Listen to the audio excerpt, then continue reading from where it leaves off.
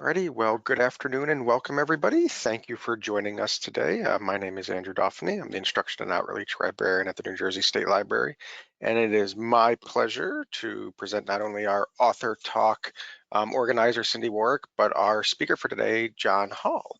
Before we jump into things, just a few quick housekeeping items to go through. First and foremost, if you do have any questions, you can ask them at any time. John will pick and choose the questions and go through, and he'll answer them in real time if they're applicable. And we can always, if you want to wait to the end of the program to ask your questions, you can do that too. This program is being recorded, so it will be available on our YouTube channel in the coming days. So please look out for an email with the link that will be provided for it. Lastly, for those of you who might be new to GoToWebinar or unfamiliar with the dashboard, this is what your dashboard should look like if you're using a desktop or a laptop. If you're using a mobile device, the interface is going to look different depending on which device you're using, but all of the features will still be there. At any time, if you're having any audio problems, you can check your audio tab to make sure that you're connected to the computer audio and that the devices here match the speakers that you're using. If you do have any problems, there is a raise hand button here that you can click. That'll alert me. I will get in contact with you and hopefully be able to resolve any of the issues. And if you do have questions, there is the questions box. So just type in your questions in the questions box, hit send, and we'll be happy to answer them for you. So that is everything that I have for you. So I'm going to turn it over to Cindy for the introduction. Well, thanks, Andrew. I appreciate that. And really thank you for all the logistics, all things that you do. And I want to welcome everybody to today's virtual author talk on the history of craft beer. And as always, I want to remind you to check out the State Library website for our upcoming webinars that include Take the Wheel and Get Your Best Deal to be presented tomorrow on July 14th. I have to say, I've been driving around and I've seen a lot of new car tags. It's immense. It almost made me feel peer pressure, like I should have to go out and buy my own new car. But so there's been a lot out there. So get your best deal. Take the wheel and get your best deal by listening to our webinar, and then go out and get a car. And then we have chair yoga on July 20th. For those that are interested in genealogy, and we know we have a large audience for that, and the research on July 22nd is using digitized newspapers for genealogical research. And our next author talk is with our mystery writer, Jane Kelly, and she writes the Meg Daniels mysteries, and her latest book is Greetings from Ventnor City.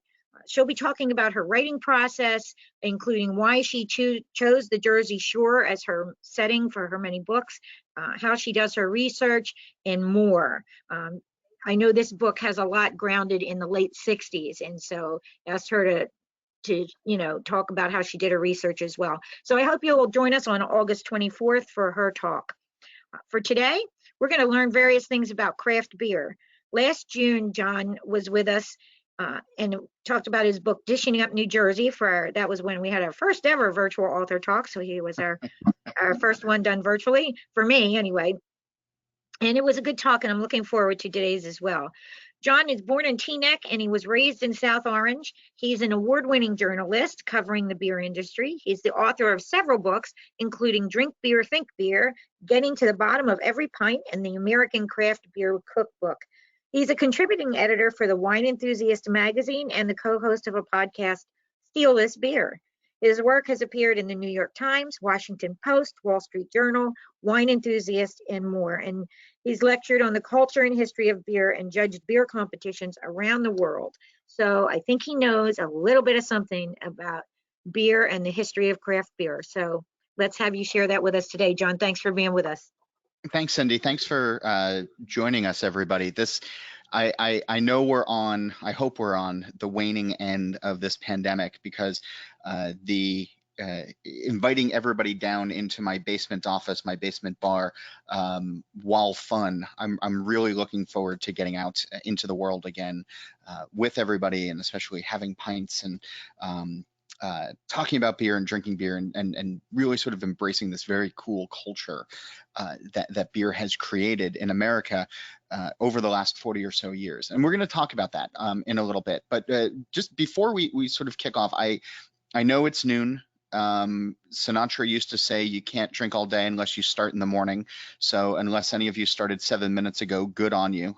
There's always tomorrow again to try.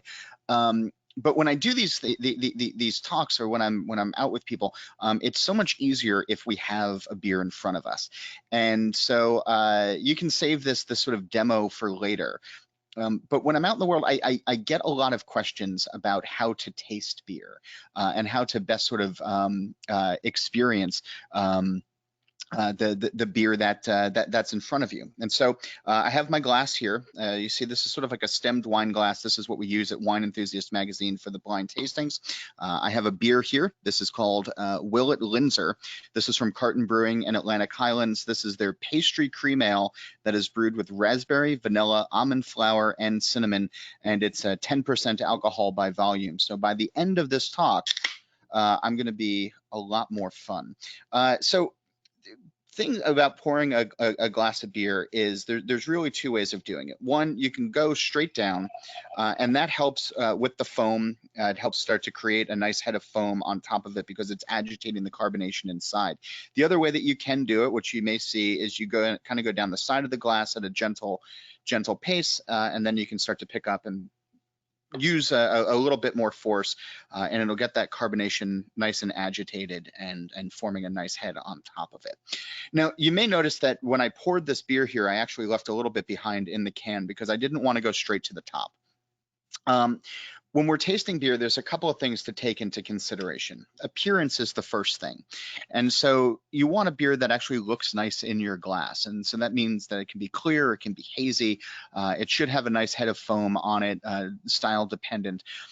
But as you're drinking your beer and as you're having beers poured in front of you or pouring them for yourself, really think about what it is that the color and the clarity makes you think of. Does a beer like this make you think of a golden sunset? Does it make you think of sunrise? Does it make you think of the changing autumn leaves?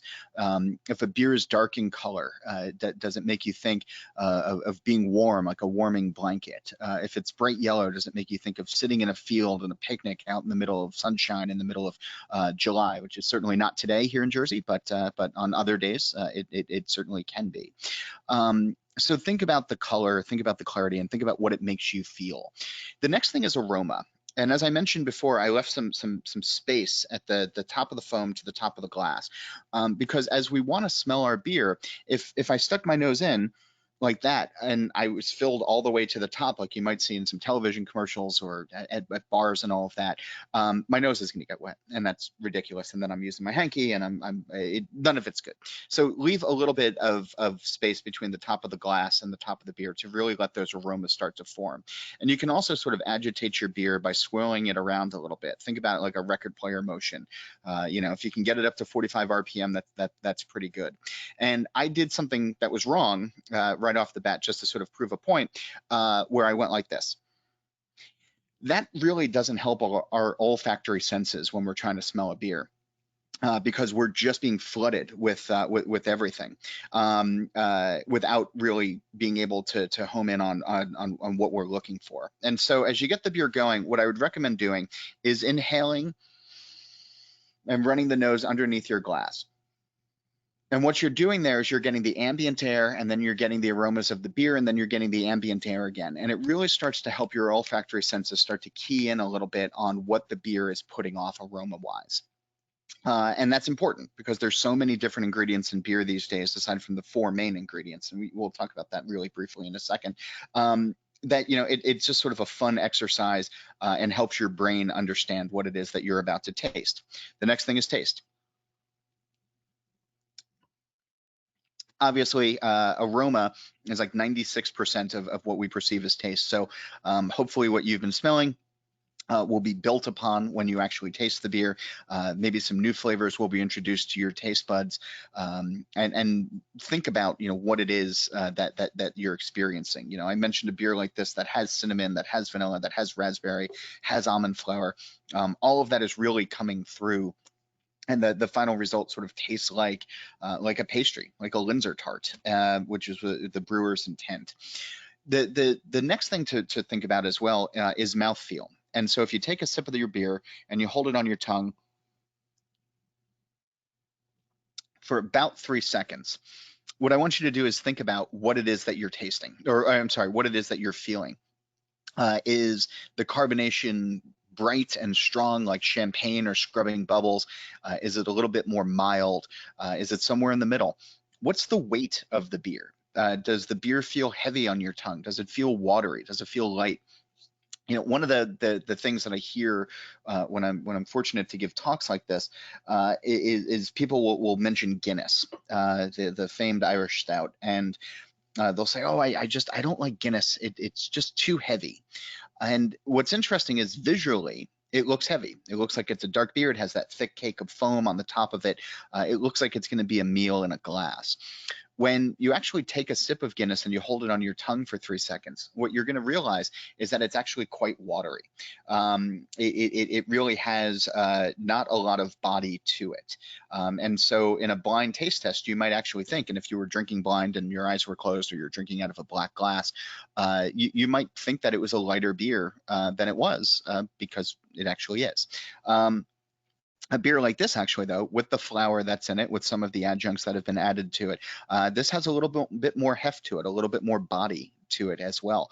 It has a malt content to it that's 10% alcohol, that's getting it to 10% alcohol. So it has a little bit more body, a little bit more heft, but it's certainly lighter in color than a Guinness. So just don't judge a beer by its color as we go forward. And the last thing to really think about as you're trying beers, and in our state these days, we're really fortunate that we have a growing number of breweries, and the chance to drink at local breweries has never been better in our state in the modern age. And you know, the breweries are going to have different things. They're going to have IPAs and stouts and saisons and lagers and blonde ales and amber ales and all sorts of different kind of weird concoctions.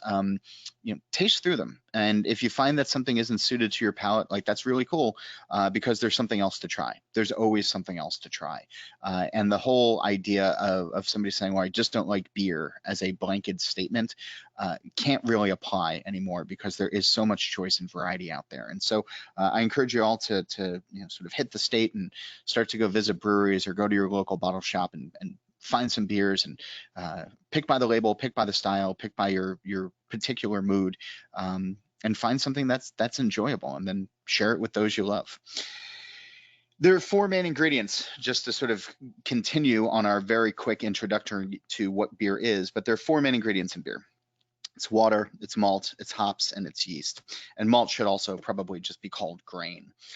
Those 4 main ingredients have their own food components to them.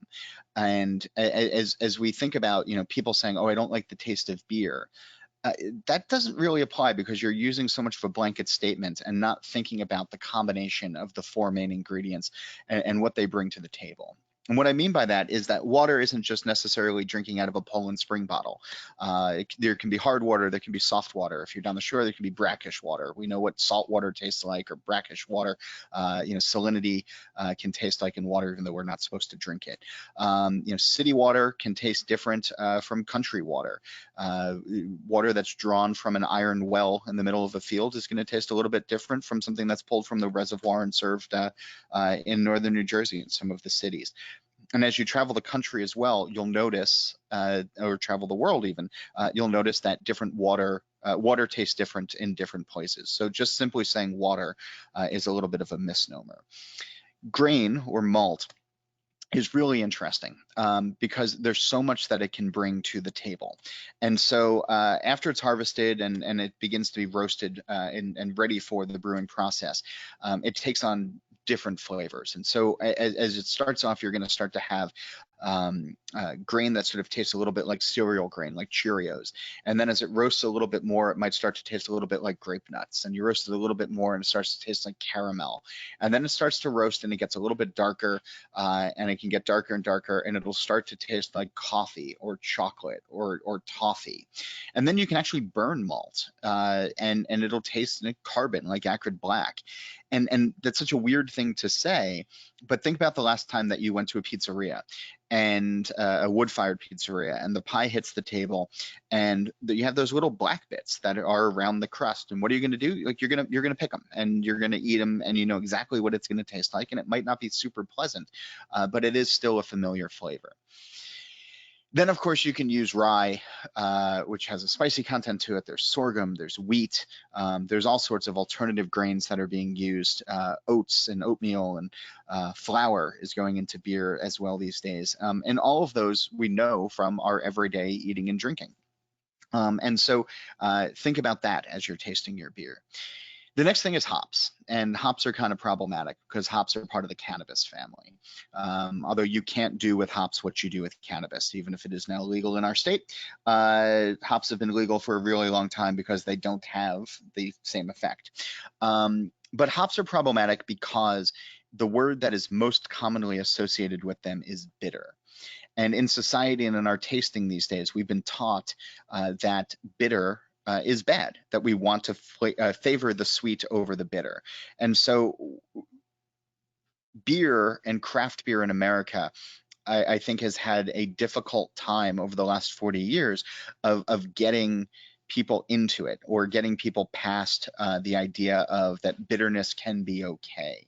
And some of the more modern IPAs that are being made these days, the New England style, are using hops in a different way. They're using it during the fermentation process, which is giving this haze to a beer, but also more of a juicy quality, as opposed to hops that were going into the boiling process of the beer, releasing some acids and having a more bitter flavor, or bitter experience. But as we think about the individual hop varieties that are out there and what they bring to the beer, they have aromas of grapefruit and of pine and of orange peel and of lemon pith and of lime zest. There are hop plants that do smell like marijuana. They have a dank smell to them. There are new ones out there that smell like tropical fruits and taste like tropical fruits, like pineapple and guava and mango and passion fruit and kiwi. There's ones that smell like coconut and cedar. There's some New Zealand hops that are grown these days that can smell a little bit like wet laundry sometimes, or even a little bit like gasoline. And it's a weird thing in Jersey, obviously, for us, because we don't have to pump our own gas because we're awesome. But there is if you've ever had the misfortune to travel outside of the state and had to pump your own gas like a heathen, maybe you put the handle back and you get 5 miles or so down the road and you kind of just wipe your nose with your hand and you have that very faint petrol smell on your finger. That's what one of these hops smell like.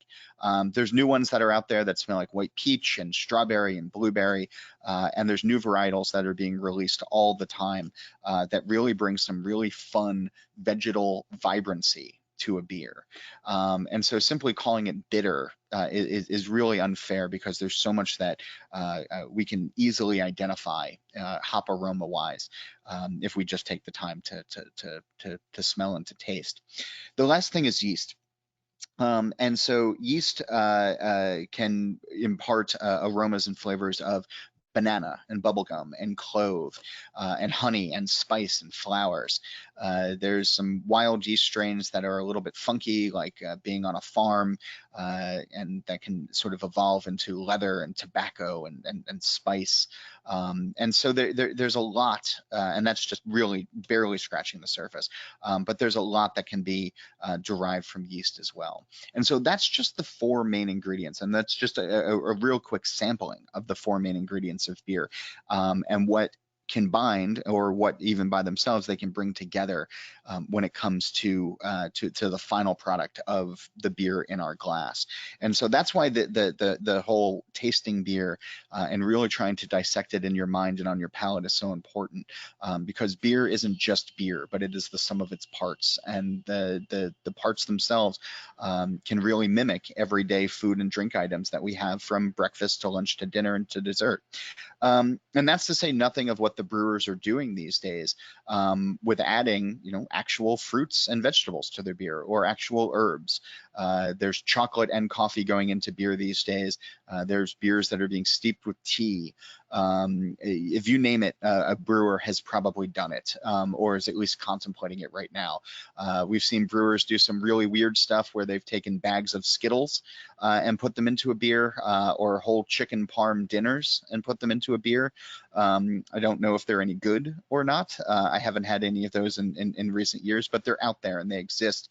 And it really sort of shows the creativity of some brewers.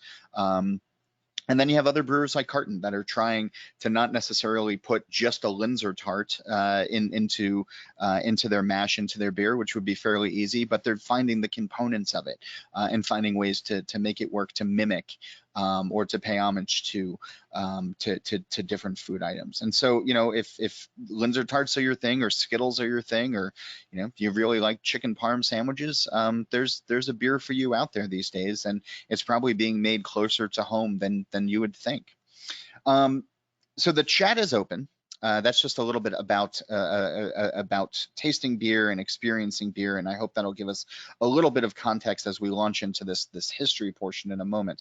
But there is the question box that is in here, and so if anybody has any questions about anything that I've just said, or if you hear something or I don't explain something well, please, by all means, feel free to jump in on the chat. And I guess, yeah, I don't see anything popping up, but I will keep an eye on it as we go forward. So hopefully that made sense. Hopefully you all either have a beer in front of you or are eager to have a beer in front of you when your workday ends, whenever that is. And yeah, so we were a country founded on beer, like literally. When you go back and you read Captain Bradford's diaries of the Mayflower crossing, he wrote, "Our victuals were running low, especially our beer." And the original plan was to go down to Virginia. But after making the crossing, which took, I guess, a little bit longer than had been planned, every man, woman, and child on board all of the ships had a ration of beer, which was their drinking water. It was potable water on the ship. And so it was small beer, probably 3% or less, but everybody had their own during the day. It had some sugars in it, had some nutrients in it. It kind of kept people sustained for the journey. But by the time they got to Massachusetts, there wasn't enough going on. It wasn't enough to make the trip down south. And so they got off at Plymouth Rock and got down to the business of forging a new colony. Over time, beer and alcoholic beverages became part of the national fabric. And the founding fathers would, and all of the revolutionaries would meet in taverns, a lot of them here in Jersey.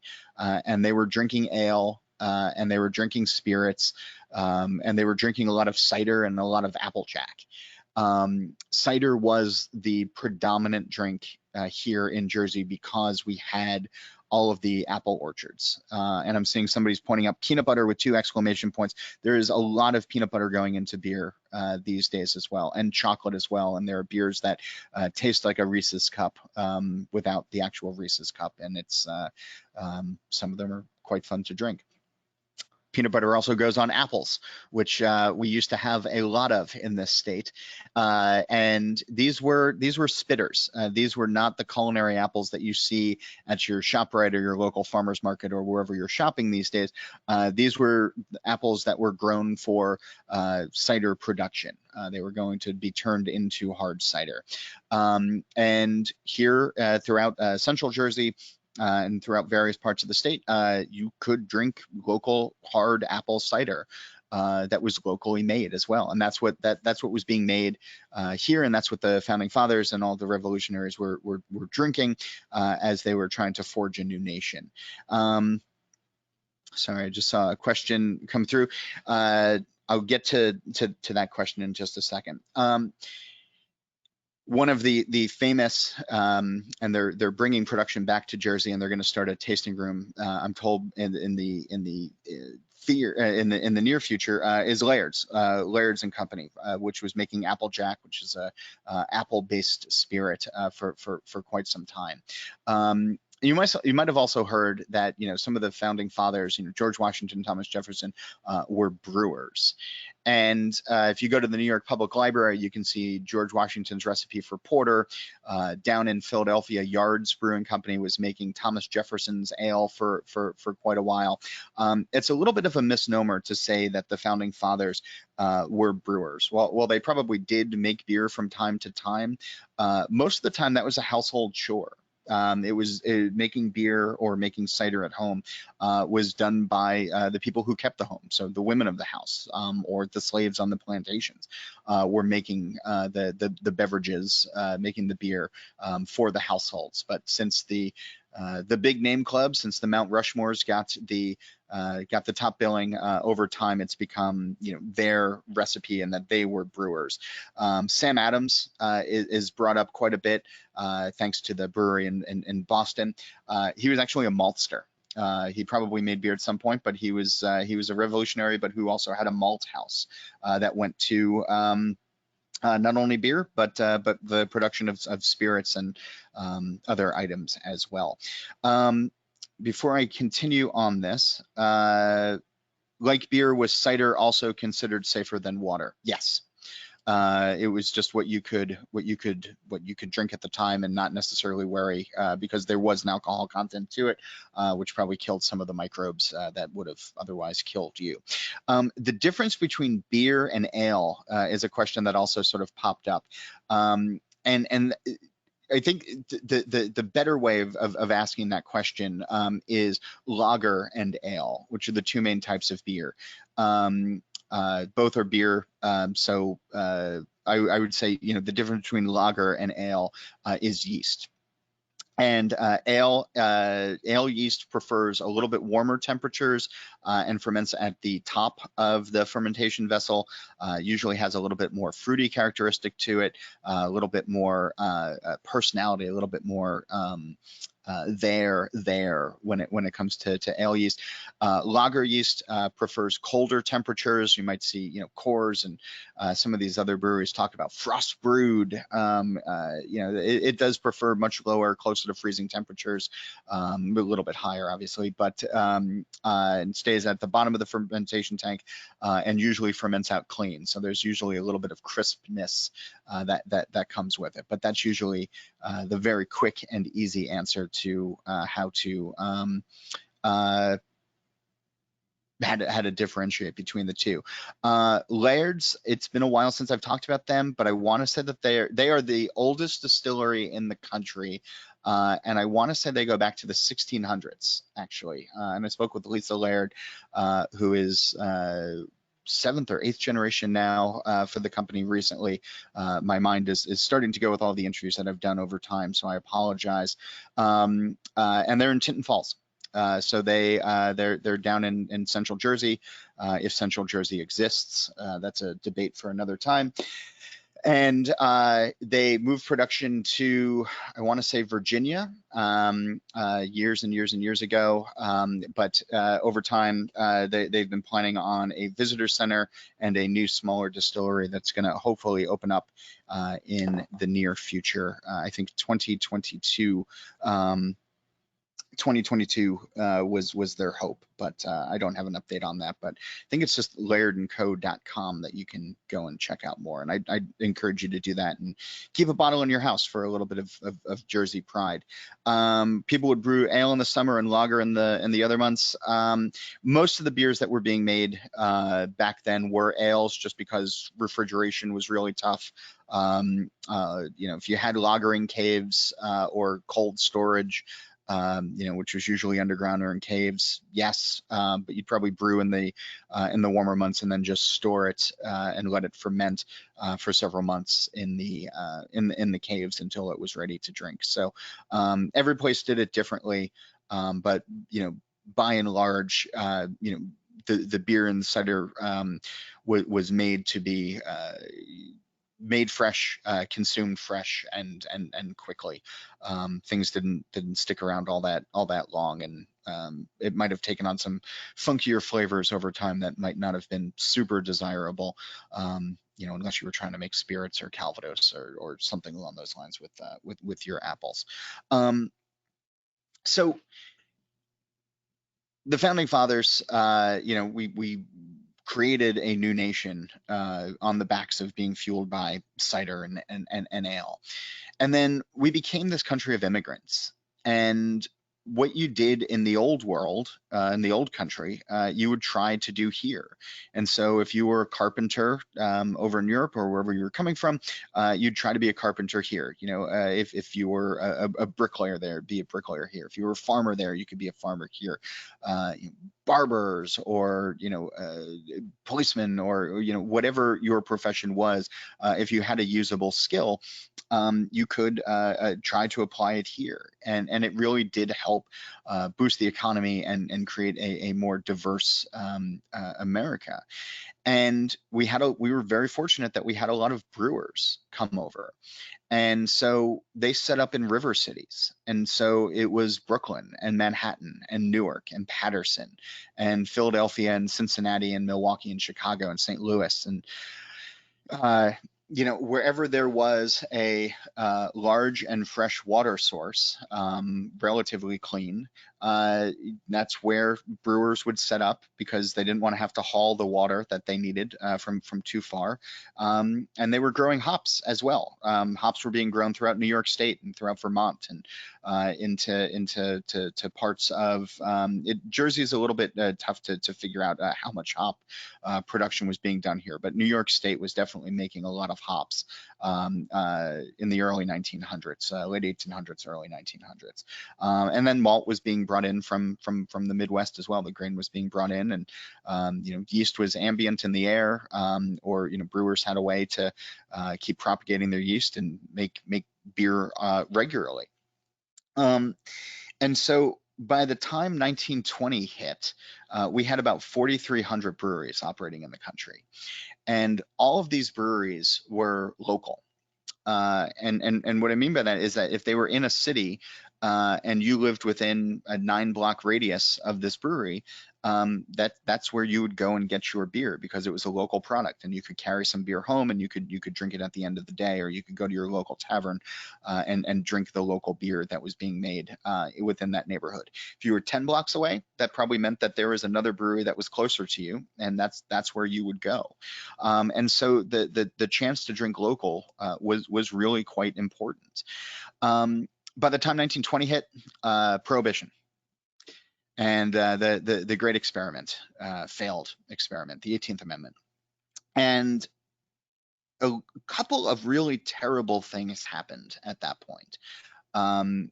The farmers that were growing apples for cider got spooked and thought that this was forever and ever going to be the law of the land, and killed a lot and just totally pulled out all of the apple orchards.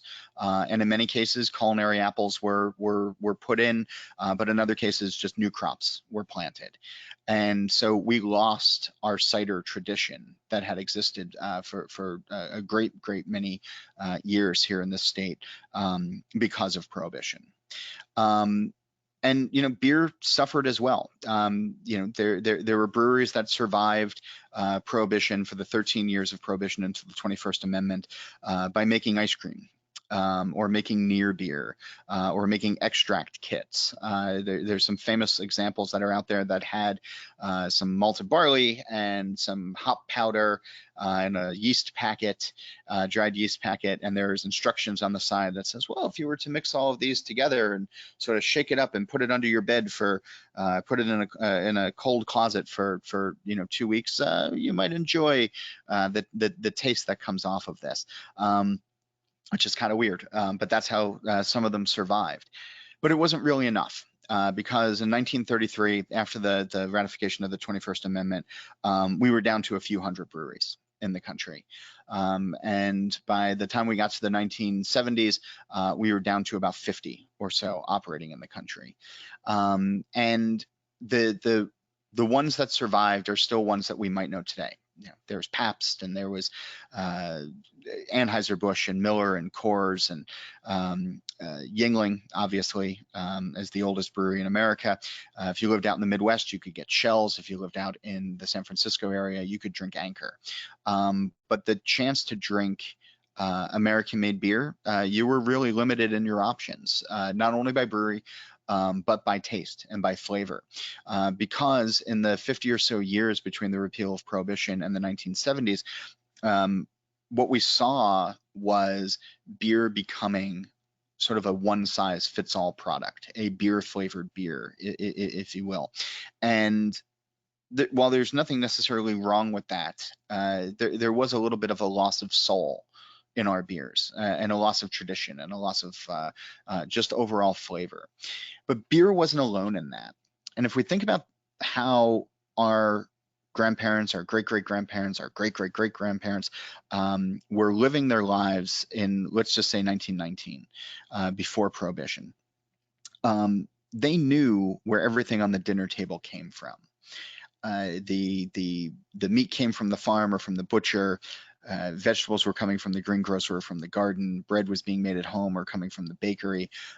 Cheese was coming from the dairy, or being made at home. And our beer was coming from our local breweries. And you could go and you could get your beer and you could bring it home and drink it. You could get your cider, bring it home and drink it.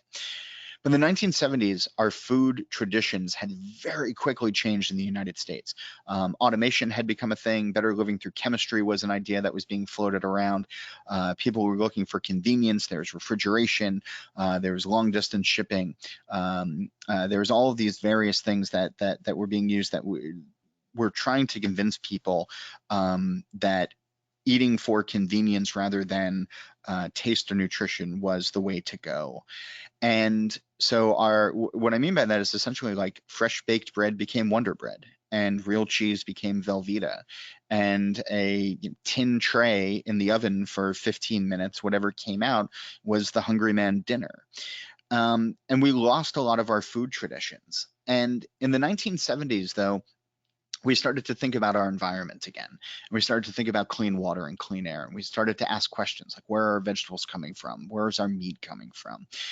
We started to see farm to table restaurants pop up. Julia Child was on PBS and talking about making French cuisine and reminding people that food there's pleasure to be had from making elaborate meals and long meals, and that they don't have to be perfect, but they can taste like food, and that they can taste great. And the Times food section and Bon Appetit magazine and all of these publications were out there and sort of fueling this desire to regain some of our food traditions. And here in Jersey, and I talked about this in my book Dishing Up New Jersey, food traditions should be passed down.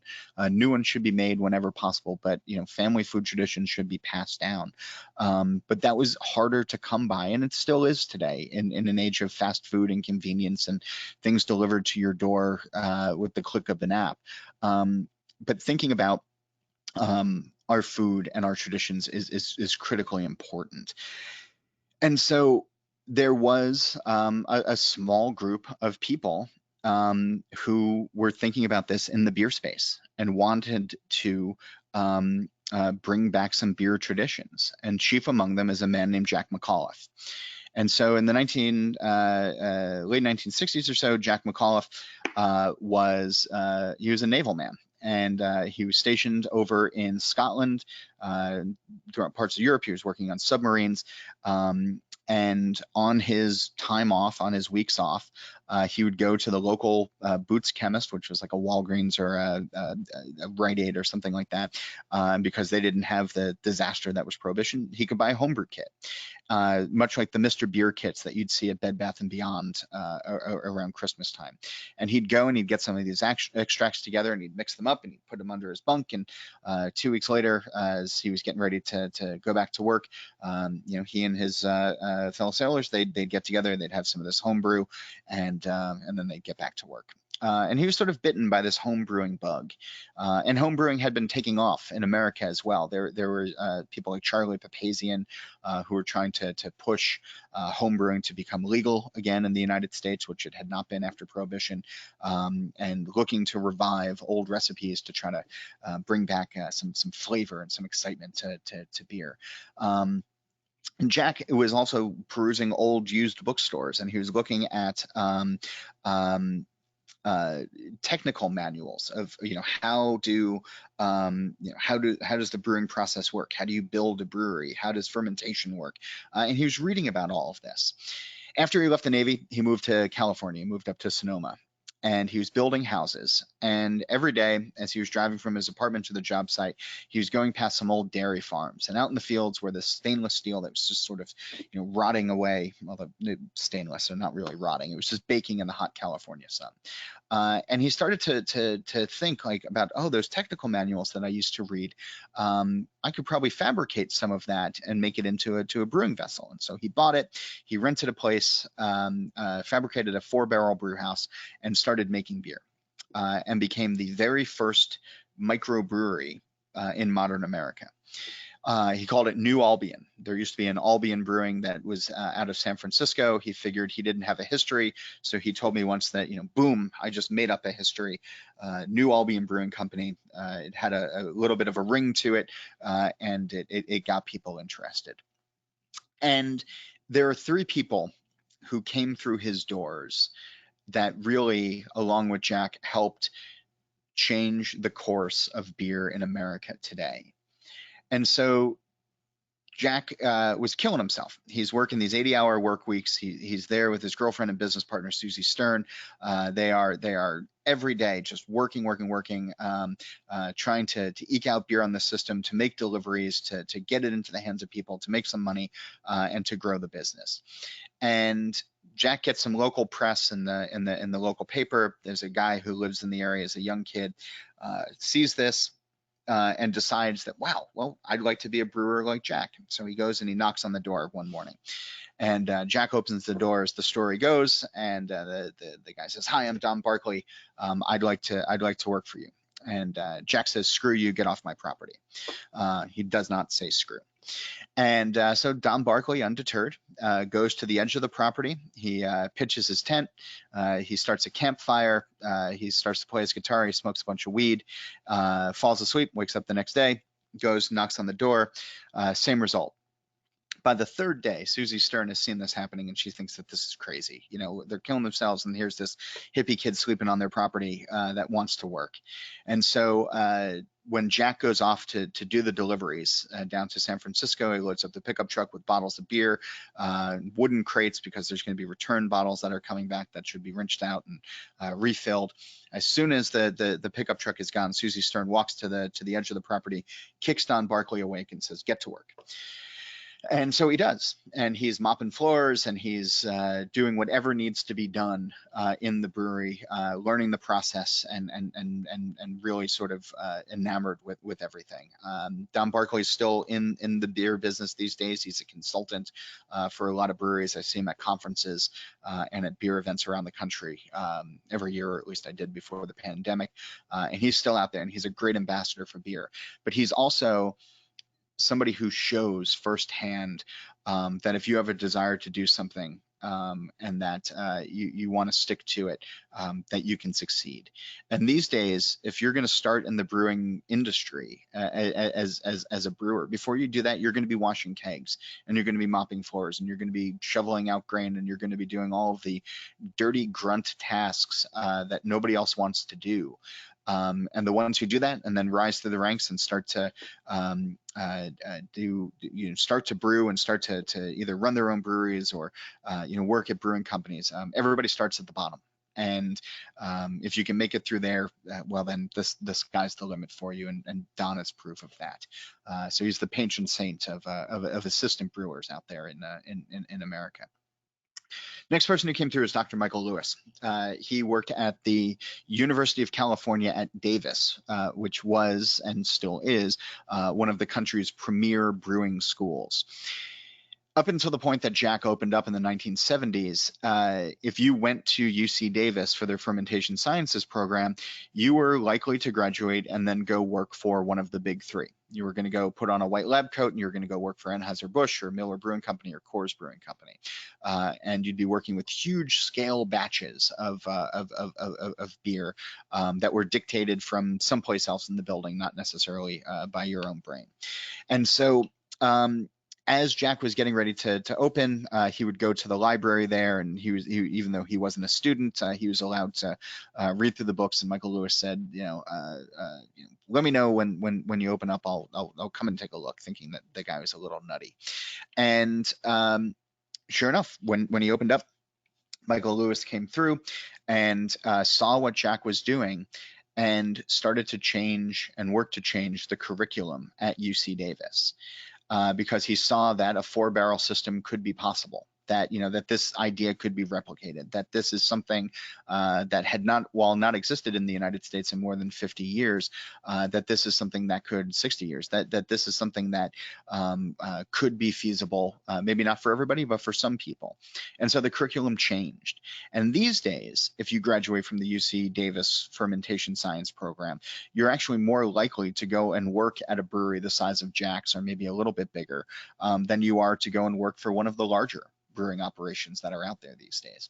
And so I think that that's sort of a neat thing, that one small brewery was able to change the course of brewing education in America. The last person who came through lived in Northern California. He worked in a bicycle repair shop, a home brew supply shop, and wanted to figure out what he was going to do with his life, and always had sort of an interest in the mechanical side of things, but also fermentation sciences, even without a formal background. And so Jack had gotten a lot of press. He'd been in the New York Times and the Washington Post and Time and Newsweek when those were things, and early NPR and NBC Nightly News, and all of these things as the the quirky little small brewer that can. It's the Goliath versus David. Reverse that. And so this guy who lived in Northern California saw this and decided to go down and take a tour. And he's looking around and he's seeing the room, which wasn't all that big, and he's seeing the equipment, which could be easily fabricated with the right knowledge and know-how. And he goes back up to Northern California. So looking around, he sees that there's similar dairy equipment that can be fabricated into a brew house, and gets about $50,000 together with a business partner, raising money from family and friends and other folks, and decides to open up a brewery. And in 1980, this guy named Ken Grossman founded the Sierra Nevada Brewing Company. Sierra Nevada is the third largest craft brewery in America these days. Yuengling's #1, Sam Adams #2, Sierra Nevada's #3. Those numbers might change in next year, but for right now, that's where it stands. It's the third largest craft brewery in America. It makes more than 1 million barrels of beer a year. Jack's best year in the 5 years that he was open was he made something like 482 barrels. Not 482,000, 482, 3 digits. Ken Grossman and Sierra Nevada, which now has its brewery in Chico, California, as well as one is in Mills River, North Carolina, more than 1 million barrels plus last year alone. And when you ask brewers today who they cite as a beer or a brewery that inspired them to get into it, I would hazard to say that 8 out of 10 brewers, 7 out of 10 brewers will cite either Sierra Nevada or their flagship Sierra Nevada Pale Ale as a beer that inspired them to get into the brewing profession. If you ask Ken Grossman, what brewer or beer inspired you to get into this, he'll cite Jack Mcauliffe. And so Jack went out of business after 5 years.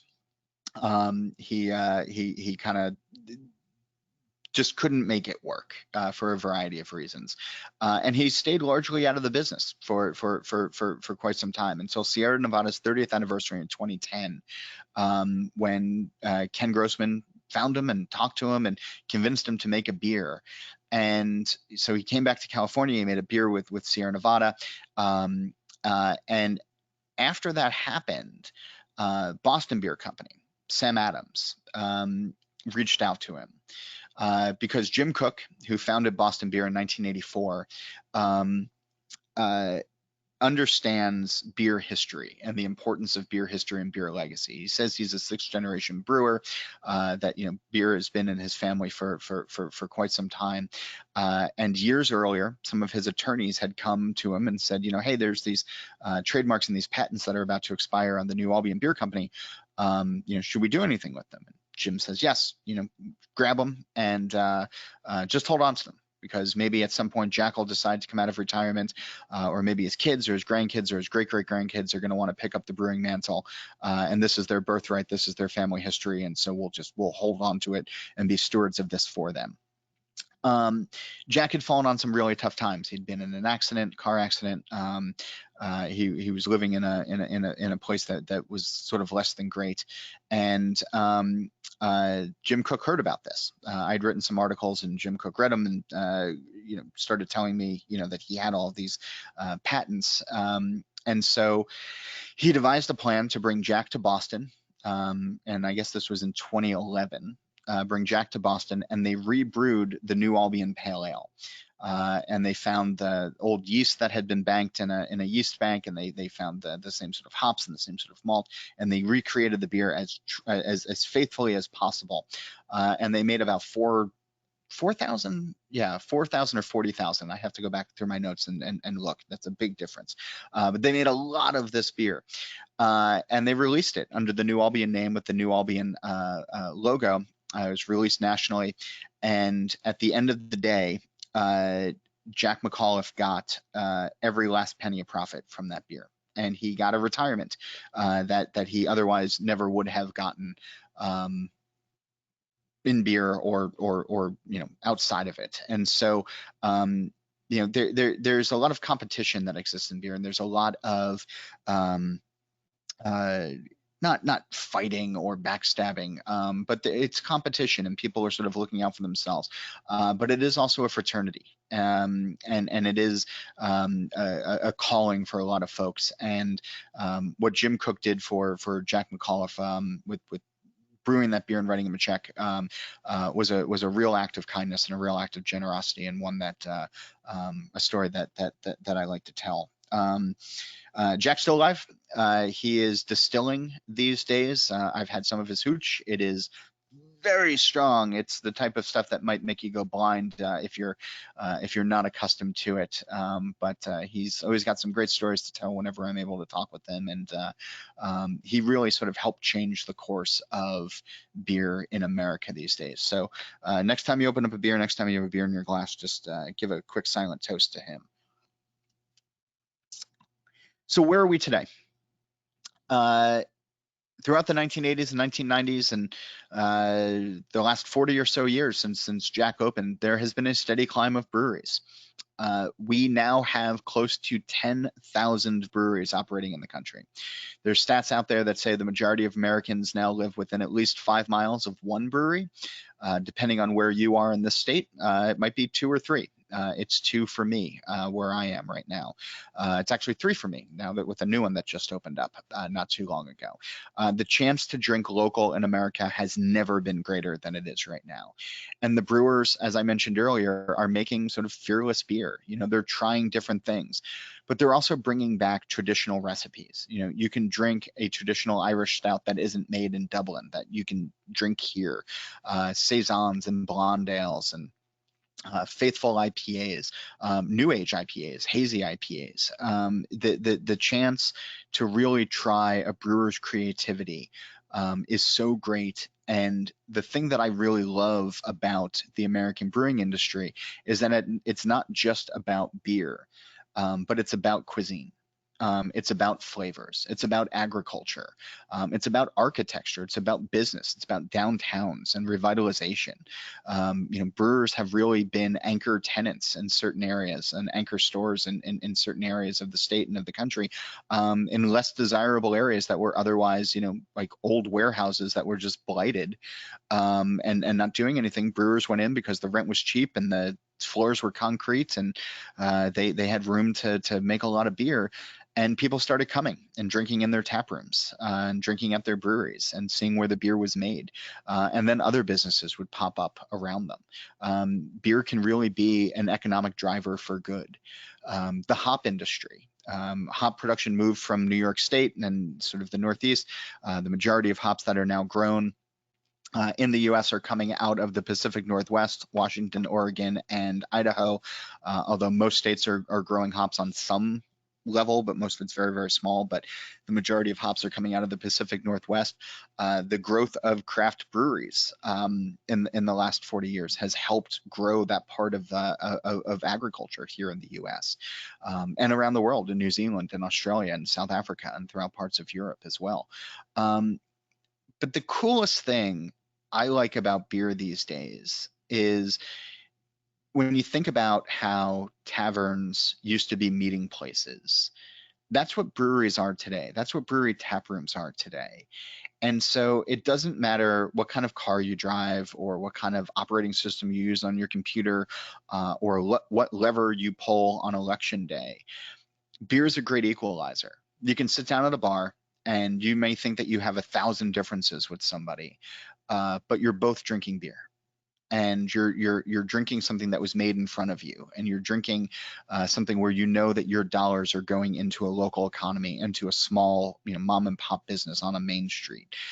And that's a great place to start a conversation. That's a great place to recognize that common ground still can exist in the country these days, which it feels more and more like it's difficult to find. But beer can bring people together. Beer doesn't know sex, it doesn't know politics, it doesn't know religion. It's just beer. And as we, the drinkers, experience that, we might find more common ground with our fellow drinking patrons, and hopefully it can lead to better conversation and to better reconciliation going forward. COVID's really impacted the brewing industry. It's impossible to talk about beer these days without talking about COVID. Brewers in New Jersey were remarkably resilient.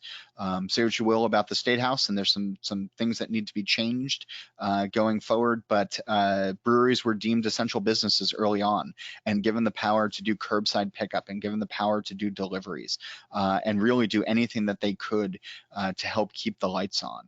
And the state and the ABC in the state, Alcoholic Beverage Control, did some good work by them, and I hope that continues. If you want to know more, go to your local brewery and ask them what you can do as a voter and as a citizen to help them continue doing good business. And we, the consumers, hopefully we did right by our breweries as well. We bought local. We recognize that during the pandemic, if we can help keep storefronts open and keep people employed and really sort of keep a local product happening with us, that we were